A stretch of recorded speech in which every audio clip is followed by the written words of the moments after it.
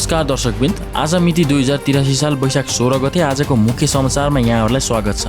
सुरु गरौँ आजको मुख्य हेडलाइन्सहरूबाट। सुकुम्बासी बस्तीमा डोजर चलेपछि संयुक्त राष्ट्रसङ्घका विशेष प्रतिवेदकको बालेन सरकारलाई ध्यान आकर्षण। अर्थ मन्त्रालयले नेपालको वर्तमान आर्थिक अवस्थाबारे नयाँ प्रतिवेदन सार्वजनिक। नियतपूर्वक सवारी ठक्कर दिए जन्मगैसम्म हुने नयाँ कानुनी प्रस्ताव। अबको 3 दिन देशका धेरै ठाउँहरूमा वर्षा र हिमपातको सम्भावना। मन्त्री सीधा बादलले सरकारी क्वार्टर, घर भाडा र कूटनीतिक राहदानी नलिने घोषणा। सडक दुर्घटनाका घाइतेको उद्धार गर्नेलाई कानुनी संरक्षण दिने नयाँ व्यवस्था। यसैगरी ड्राइभिङ लाइसेन्स अब 5 होइन 10 वर्षसम्म मान्य हुने प्रस्ताव। दुरुपयोग भएका सरकारी गाडी मन्त्रालयमा फिर्ता ल्याउन सुरु। 14 दिनमा विपदका 544 घटनामध्ये 33 जनाको मृत्यु भएको छ। जातरकोटमा 2 नक्कली विद्यार्थी पक्राउ। जीवित मान्छेको मृत्युदर त बनाउने ओडासे सहित 4 जना पक्राउ। सुकुम्बासी पहिचानमा 450 परिवारसँग निजी जग्गा रहेको खुलासा। नेपालगञ्जमा किसानले सस्तो मूल्यमा केरा बिक्री गर्दा भिड। अध्यादेश मार्फत सरकार अघि बढेपछि राजनीतिमा बहस तीव्र। दर्शकवृन्द, यी थिए आजका मुख्य हेडलाइन्सहरू। तपाईहरू हाम्रो भिडियो कुन ठाउँबाट हेर्दै हुनुहुन्छ कृपया आफ्नो नाम तल कमेन्ट बक्समा लेख्न नछुटाउनु होला। अब सुरु गरौँ समाचार विस्तारमा।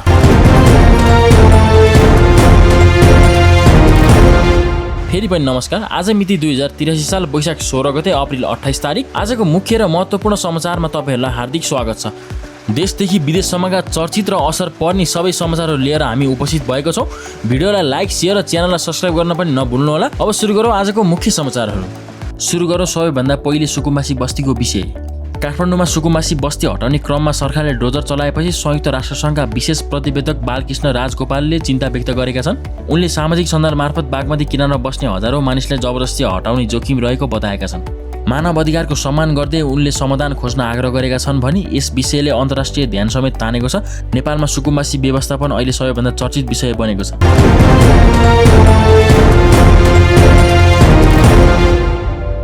सरकारी अनुसन्धानले सुकुम्बासी बस्तीको नयाँ पहिचान पनि सार्वजनिक गरेको छ। अनुसन्धानका क्रममा 450 परिवारसँग अन्यन्त्र निजी जग्गा रहेको भेटिएको छ। यसले वास्तविक सुकुम्बासी छुट्याउने काम अझ जटिल बनेको छ। हाल 943 परिवार सरकारको सम्पर्कमा रहेको बताइएको छ। सरकारले 15 दिनभित्र वास्तविक भूमिहीन पहिचान गरेर स्थायी व्यवस्थापन गर्ने योजना पनि बनाएको छ। अब अर्थतन्त्रको खबर। अर्थ मन्त्रालयले नेपालको वर्तमान आर्थिक अवस्थाबारे नयाँ प्रतिवेदन सार्वजनिक गरेको छ। प्रतिवेदन अनुसार सार्वजनिक ऋणको भार तीव्र रूपमा बढिरहेको छ। पुँजीगत खर्च कमजोर रहेको छ। उद्योग क्षेत्र कमजोर देखिएको छ भने रोजगारीको अवसर पनि पर्याप्त बन्न सकेको छैन। कृषिमा धेरै जनसङ्ख्या निर्भर भए पनि उत्पादन कम छ। वैदेशिक व्यापारमा असन्तुलन देखिएको छ। सरकारले आर्थिक सुधारका लागि अझ कडा काम गर्नु पनि देखिएको छ।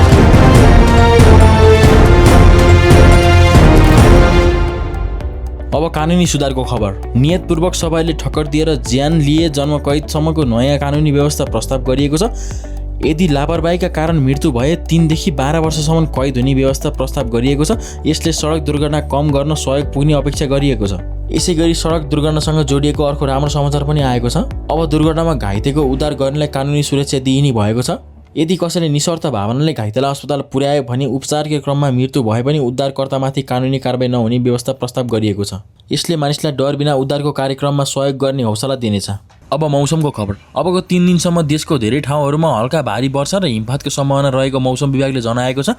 यात्रा गर्नुअघि र कुनै पनि महत्त्वपूर्ण काम सुरु गर्नुअघि मौसमबारे जानकारी लिन आग्रह गरिएको छ।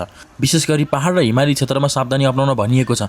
यसैगरी महिला बालबालिका तथा ज्येष्ठ नागरिक मन्त्री सीता बादलले सरकारी क्वार्टर, घरभाडा र कूटनीतिक राहदानी नलिने घोषणा गर्नुभएको छ। सुशासन र सादगीका लागि उनले यस्तो निर्णय लिएको बताइएको छ। यस निर्णयलाई धेरैले सकारात्मक रूपमा लिएका छन्।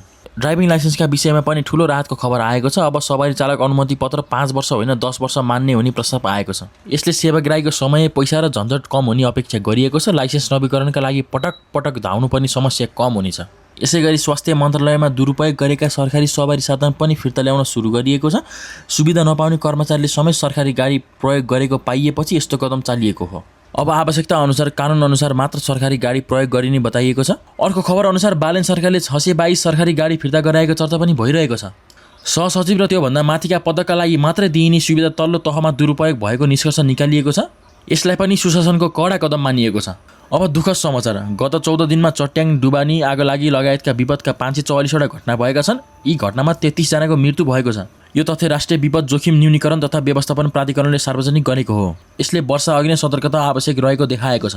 अब शिक्षा क्षेत्रको खबर। जाजरकोटमा कक्षा 12 को बोर्ड परीक्षाको क्रममा 2 जना नक्कली विद्यार्थी पक्राउ परेका छन्। परीक्षामा अरूको ठाउँमा परीक्षा दिन पुगेको आरोपमा प्रहरीले उनीहरूलाई नियन्त्रणमा लिएको हो। अब अपराध सम्बन्धको खबर। जिउँदो मानिसको मृत्यु दर्ता बनाएको आरोपमा पश्चिम नवलपुरमा एक वडाध्यक्षसहित 4 जना पक्राउ परेका छन्। यो घटनामा सार्वजनिक भएपछि स्थानीय तहमा ठूलो चर्चा भएको छ। प्रहरीले थप अनुसन्धान गरिरहेको छ। भ्रष्टाचार विरुद्ध पनि सरकार कडा देखिएको छ। बालेन शाह नेतृत्वको सरकार बनेको 1 महिनामै 10 जना भ्रष्ट कर्मचारी घुससहित पक्राउ परेका छन्। यसले सरकारी कार्यालयमा निगरानी बढेको सङ्केत देखिएको छ। अब कृषि र बजारको राम्रो खबर। नेपालमा एक किसानले मिनी ट्रकमा ल्याएको केरा प्रति दर्जन 150 रुपियाँमा बिक्री गरिरहेका छन्। सस्तो मूल्यका कारण किन्नेहरूको ठूलो भिड लागेको छ। भारतबाट केरा आयात रोकिएपछि स्थानीय किसानले राम्रो बजार पाउन थालेका छन्। यसले स्वदेशी उत्पादनलाई प्रोत्साहन मिलेको देखिन्छ। दर्शकबिन, यिनै थिए आज 2083 साल वैशाख 16 गतेको मुख्य समाचारहरू। तपाईलाई सबैभन्दा महत्त्वपूर्ण लागेको कुन हो कमेन्टमा अवश्य लेख्नुहोस्। भिडियोलाई लाइक, शेयर र च्यानललाई सब्स्क्राइब गर्न पनि नभुल्नुहोला। धन्यवाद।